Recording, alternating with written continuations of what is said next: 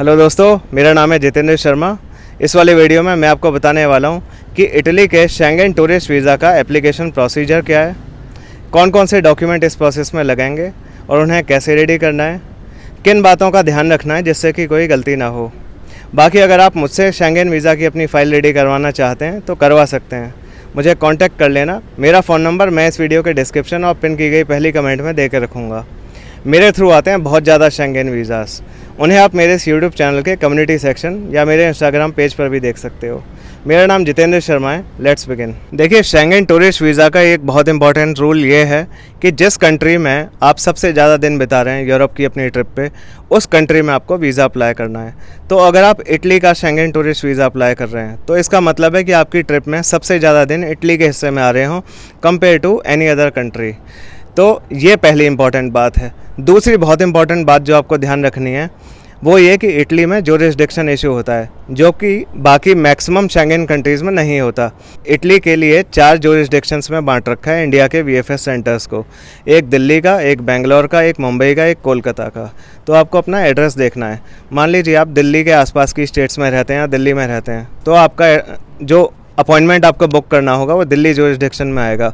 मतलब कि आप दिल्ली के आसपास की स्टेट्स में रहने पर दिल्ली का अपॉइंटमेंट बुक कर सकते हैं, या चंडीगढ़ का कर सकते हैं, या जालंधर का, या जयपुर का। अगर आप कोलकाता के आसपास रहते हैं, मतलब कि आप वेस्ट बंगाल में रहते हैं, या बिहार में, या झारखंड में, या नॉर्थ ईस्ट की स्टेट्स में, तो आप कोलकाता ज्यूरिसडिक्शन में आते हैं, तो आपको कोलकाता का अपॉइंटमेंट बुक करना होगा। अगर आप तमिलनाडु या कर्नाटका वगैरह में रहते हैं तो आप बेंगलोर ज्यूरिसडिक्शन में आते हैं, तो आप बेंगलोर, चेन्नई, ये वाले सेंटर्स का अपॉइंटमेंट बुक कर सकते हैं वीएफएस का। और अगर आप गोवा, महाराष्ट्र, गुजरात इस तरफ रहते हैं तो आप आते हैं मुंबई ज्यूरिसडिक्शन में, तो आप मुंबई, गोवा या अहमदाबाद ये वाले सेंटर्स के अपॉइंटमेंट बुक कर सकते हैं। तो इसकी पूरी सटीक जानकारी आपको मिलेगी वीएफएस इटली की वेबसाइट से। वहाँ आप सबसे पहले अपनी ज्यूरिसडिक्शन चेक कीजिए। अगर आप गलत ज्यूरिसडिक्शन का अपॉइंटमेंट लेकर अपने सारे डॉक्यूमेंट तैयार करके जा रहे हैं अपने अपॉइंटमेंट वाले दिन, तो आपकी फ़ाइल एक्सेप्ट नहीं की जाएगी। तो ये सबसे इंपॉर्टेंट बात है जो आपको पहले ध्यान रखनी है। देखिए, जो अधिकतर शेंगेन कंट्रीज़ हैं वो आपसे विद इन शेंगेन ट्रैवल करने के लिए जो इंटरनल ट्रांसफ़र्स की बुकिंग है पेड, वो नहीं मांगते। लेकिन इटली के केस में ये थोड़ा कॉम्प्लिकेटेड है। अगर आप कोलकाता वाले सेंटर में इटली के लिए वीज़ा अप्लाई कर रहे हैं वीएफएस में, तो आप सावधान हो जाएं, बहुत बड़ी गलती साबित होगी है। ये मैंने बहुत सारे लोगों के एक्सपीरियंस के बेसिस पे जो जाना है उसके बेस पे मैं आपसे कह रहा हूँ।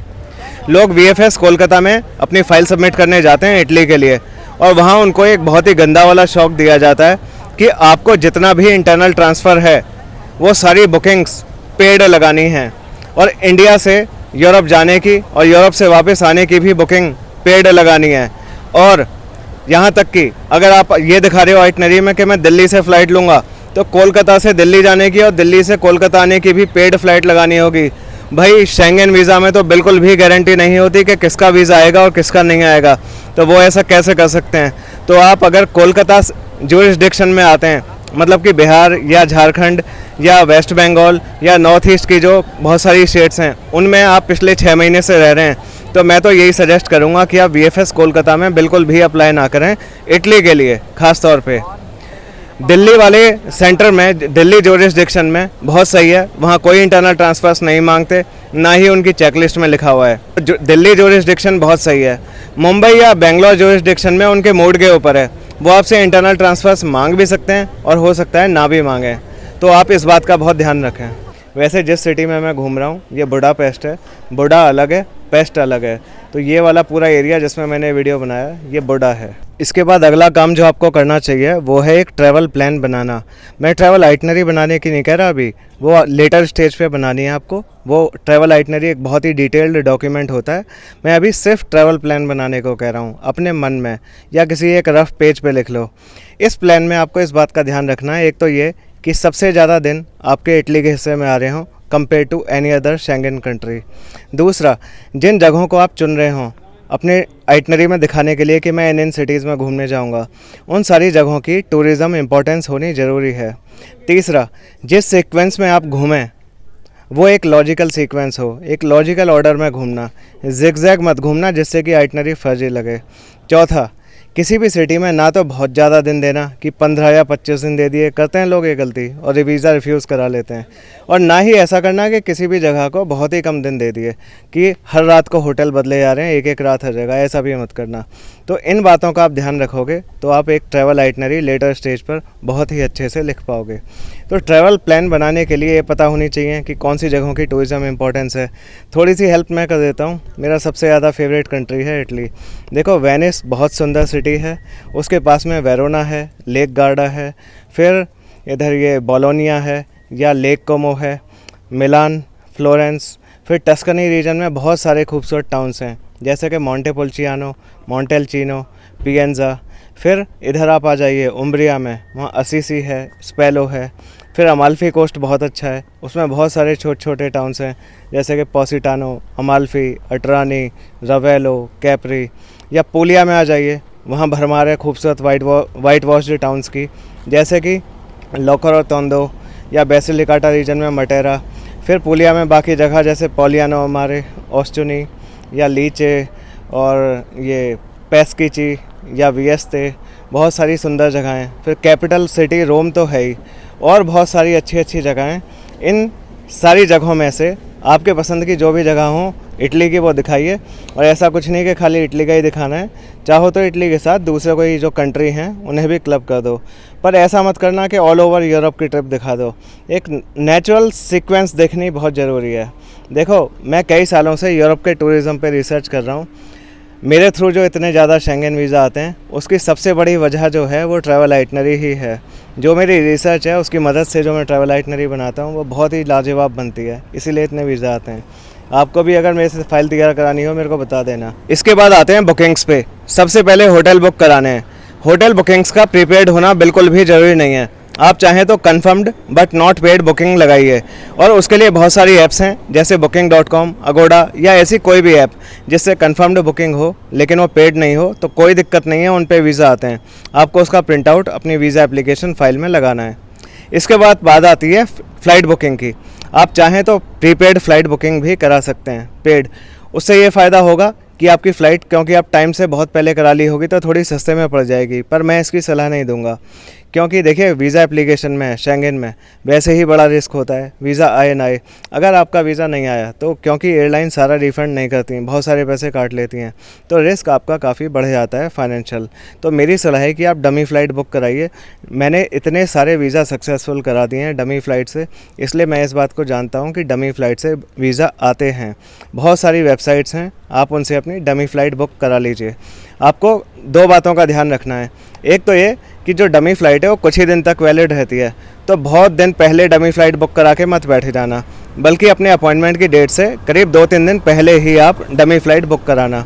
दूसरा, क्योंकि डमी फ़्लाइट जो है जिस वेबसाइट, अगर कोई चेक करे डमी फ़्लाइट की वैलिडिटी तो उसका जो PNR है वो वैलिड दिखना चाहिए, तो इस बात का भी आपको ध्यान रखना है, वरना वो बस पीस ऑफ पेपर है। इसके बाद आता है शेंगन ट्रैवल इंश्योरेंस। बहुत सारी कंपनीज़ हैं, आप सिंपल गूगल पे सर्च करना शेंगन ट्रैवल इंश्योरेंस, बहुत सारी कंपनियों का नाम आ जाएगा।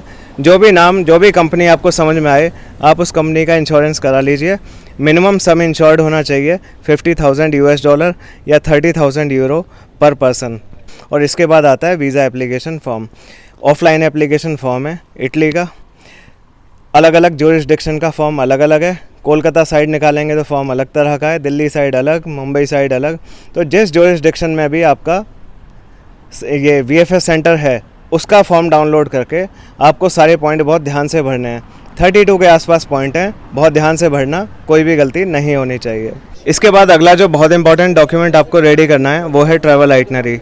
अगर आपने ट्रैवल आइटनरी अच्छी लिखी तो आपके वीज़ा आने के चांसेस बढ़ेंगे, क्योंकि आप ये मैसेज करेंगे कन्वे इनडायरेक्टली कि मैं एक जेन्युइन टूरिस्ट हूँ, मैं वाकई में यूरोप सिर्फ घूमने जा रहा हूँ, ना कि वहाँ परमानेंटली सेटल होने के लिए। क्योंकि बहुत सारे लोग हर साल शेंगन टूरिस्ट वीज़ा लेकर यूरोप जाते हैं कभी भी वापस ना आने के लिए, तो उन लोगों को रोकना वीज़ा ऑफिसर का काम होता है। तो ट्रैवल आइटनरी अच्छी होने से इंटेंशन प्रूव होती है कि हाँ, इस पर्सन ने क्योंकि अच्छी रिसर्च की है, ये अच्छे से अपना प्लान बता रहा है, तो शायद ये एक जेन्युइन टूरिस्ट हो। तो एक अच्छी ट्रैवल आइटनरी लिखने के लिए आपको उन सारी बातों का ध्यान रखना है जो मैंने इसी वीडियो में थोड़ी देर पहले आपको बताई थी, और उसके बाद बहुत ही अच्छे फॉर्मेट में आपको सारी अपनी ट्रैवल डिटेल भरनी है। आपको सारे बताना है कि मैं इन जगहों पर घूमने जाऊंगा, इतनी इतनी नाइट्स यहाँ पर रुकूंगा, ये मेरा प्लान है, इसलिए मैं घूमने जाना चाहता हूँ। और सारे होटल्स की डिटेल भरनी है हर सिटी में जहाँ आप रुकने वाले हैं, सारी फ़्लाइट्स की डिटेल आपको भरनी है जो आपने कराई हैं, सारे इंटरनल ट्रांसफ़र्स की आपको जानकारी देनी है और सारा अच्छे से बताएंगे तो आपके वीज़ा आने के चांसेस बढ़ेंगे। इसके बाद आपको एक बहुत ही इंपॉर्टेंट डॉक्यूमेंट तैयार करना है जिसका नाम है कवर लेटर। कवर लेटर आपके पूरे वीज़ा केस की समरी है। कवर लेटर के माध्यम से बेसिकली आपको ये प्रूव करना है कि आपकी सोशल और इकोनॉमिक टाइज़ इंडिया में काफ़ी मजबूत हैं। अगर आप जॉब करते हैं तो बताएं कि मैं इस कंपनी में काम करता हूं, ये मेरी डेजिग्नेशन है, इतने साल का मुझे वर्क एक्सपीरियंस है, ये मेरी सैलरी है, ये मेरा यहाँ पे रोल है, ये मेरी एसेट्स हैं, ये मेरी इन्वेस्टमेंट्स हैं। स्पेशली मूवेबल एसेट्स जो हैं जैसे लैंड, प्रॉपर्टी, फ्लैट वगैरह, अगर ये है तो ये थोड़ा सा आपके फेवर में काम करेगा, इसका भी बताएँ। नहीं है तो कोई दिक्कत नहीं। अगर आप सेल्फ़ एम्प्लॉयड हैं तो आप बताएं कि मेरी कंपनी ये है, यहाँ पे ये होता है, इतने सालों से इसे रन कर रहा हूँ, ये मेरे बिज़नेस रजिस्ट्रेशन हैं इस कंपनी के जो मैंने करा रखे हैं, और ये मेरा ITR है जो मैं भरता हूँ। फिर वो सारी वजह जो ये प्रूव करती हैं कि हाँ आपके इंडिया वापस लौटने के, ट्रिप ख़त्म होने के बाद अच्छे चांसेस हैं, जो आपको ज़्यादा पता है, उन्हें भी आप अपने कवर लेटर में ज़रूर मेंशन करें।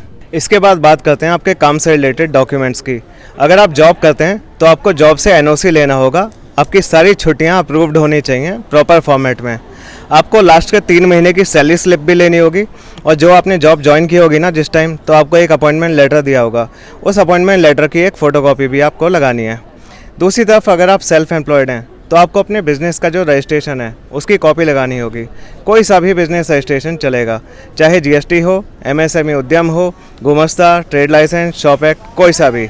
फिर चाहे आप सेल्फ़ एम्प्लॉयड हों या सैलरीड हों, दोनों ही केसेस में आपको लास्ट के 3 साल की ITR की कॉपी लगानी है। इनकम टैक्स रिटर्न का एक्नॉलेजमेंट काफ़ी होता है, बहुत सारे उतने पेजेस लगाने की कोई ज़रूरत नहीं है।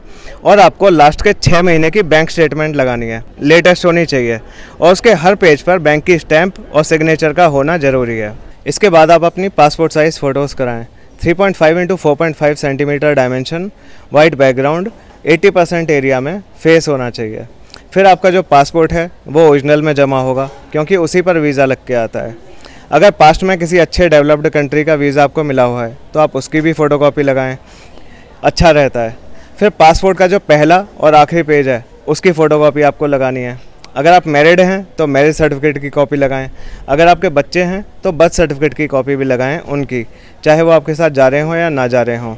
अगर आप अपने किसी फैमिली मेम्बर की ट्रिप को स्पॉन्सर कर रहे हैं तो उनके लिए एक स्पॉन्सरशिप लेटर लिखें, और उसके साथ अपने फाइनेंशियल डॉक्यूमेंट्स भी लगाएं, जैसे अपनी ITR या सैलरी स्लिप्स, या अगर बिज़नेस है तो बिज़नेस रजिस्ट्रेशन की कॉपी।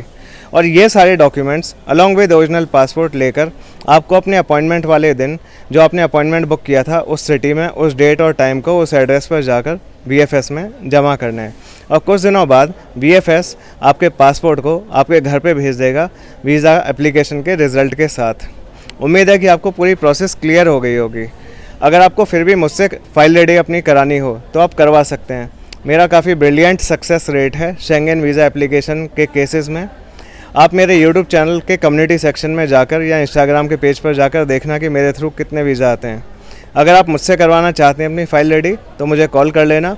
मेरा फ़ोन नंबर मैं इस वीडियो के डिस्क्रिप्शन और पिन की गई सबसे पहली कमेंट में दे के रखूँगा। मेरा नाम जितेंद्र शर्मा है। Thanks a lot for watching this video till the end. इस वीडियो को आप लाइक कर दीजिएगा और मेरे YouTube चैनल को सब्सक्राइब कर देना। यूरोप घूमने से जुड़ी तमाम बेहतरीन जानकारी आपको देता रहूँगा।